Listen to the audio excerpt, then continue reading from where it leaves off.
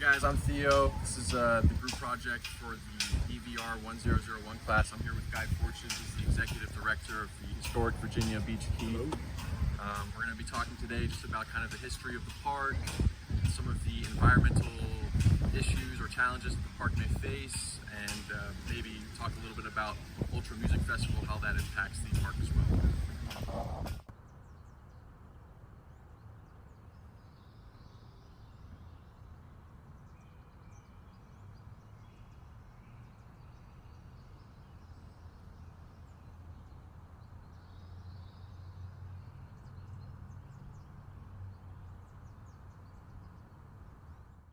So Guy, tell me a little bit about the wildlife, maybe plants, animals that live here in the park.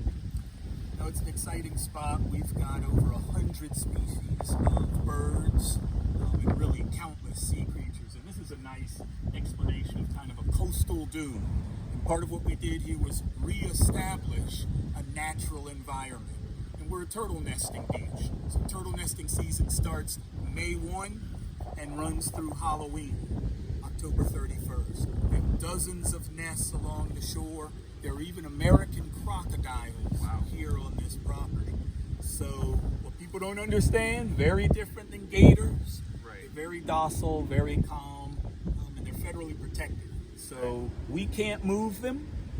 There's how do you live and coexist with crocodiles. And in regards to the turtles, when that happens, when they start laying their eggs and everything like that, is there measures that the park takes to protect them or maybe keep people from going onto the beach or the sand areas? How does that work?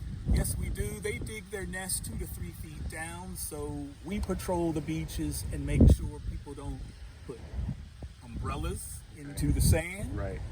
No special events can have bright light and go into nighttime. So our event schedule is augmented by the turtle nesting season. So all the late night events do not happen. It's all daytime. Got you. Now, as far as invasive species, is that an issue here at the park? Has there been any problem with invasive species, whether it's plants, animals, anything like that? Plants, it's hard work. We've got Australian pine and Brazilian pepper that's all over South Florida. Right. People even believe that it's part of the native plant landscape because they were brought in almost like Melaleuca trees in the Everglades. Right. They had a purpose in the beginning, and then later, because they're not native, they're actually to a detriment.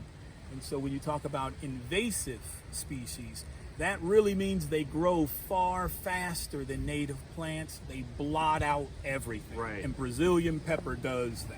It just takes over. It doesn't. Takes There's over. nothing to compete with it as far as natural plant species to the park and stuff Absolutely. like that. Right. Yeah, What about it. animals? Is there any kind of invasive species? The pythons, you're dealing with that Yeah, kind of we problem? aren't dealing with pythons, but we're dealing with raccoons. Raccoons, yeah. Raccoons are everywhere. People think they're cute. They want to feed them. Right. We do not do that. There are companies that remove them, and humanely, raccoons are protected. Right. A lot of people don't realize that, but raccoons are protected. So they capture them in cages and take them off the property. We have to do like 30 at a time. Wow. A lot. What about iguanas? An iguana problem? We do have iguanas. We had a big freeze several years ago Okay. that really shut them down, but they're still scampering around the Cloudy with a chance of falling iguanas. That's what happens.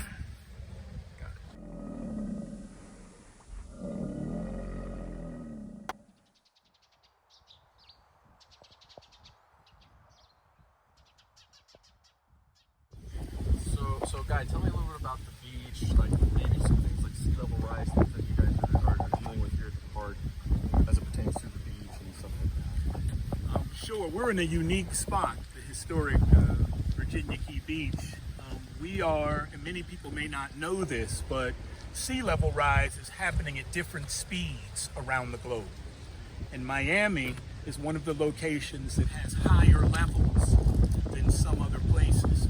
So one of the measurement buoys is literally right here on the island. And we've got neighbors who are the University of Miami and NOAA measures your hurricane. They're your hurricane chasers in oceanographic studies.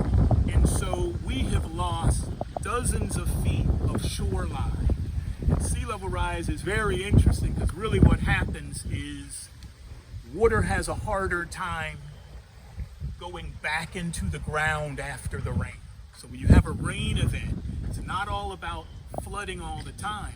It's about draining very slow.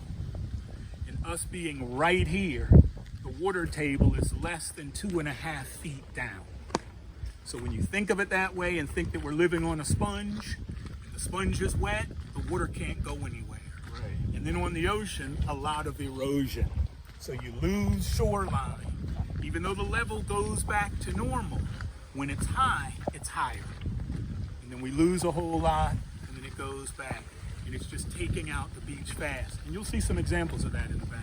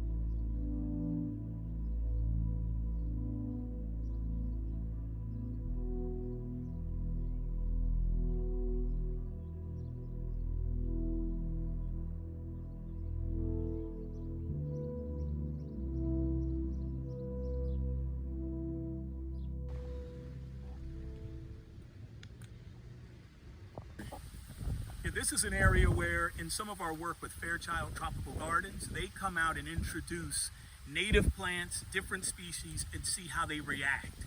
Different types of seeds. And if you just look here on the ground, and we'll stay back, but those PVC rings with those codes on them, that's them tracking specifically which plants they put down. They'll come back, and I know they're coming back in July, and they'll see what kind of progress we have. It just helps them with their research, what grows best in coastal areas.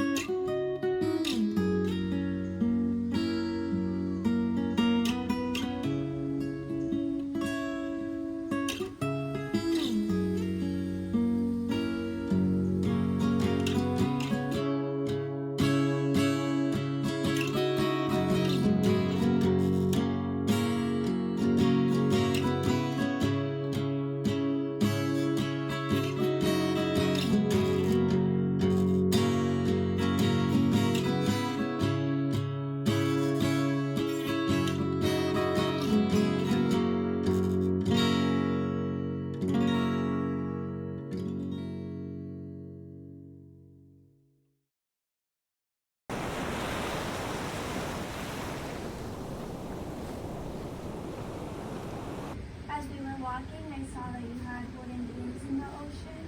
What purpose do they serve? Those are called groins, and they're erosion control devices. So what that means, they go out into the water and sand builds up on one side, kind of like rock jetties you see on other beaches.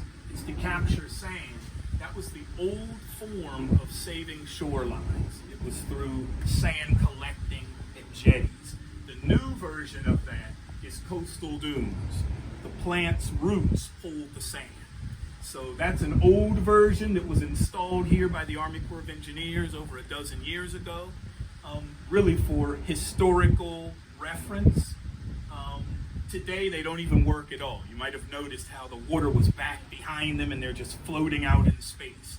Those used to be 15, 20 feet into the sand so that sand could build up. That's how much sea level rise is taken away from the shore.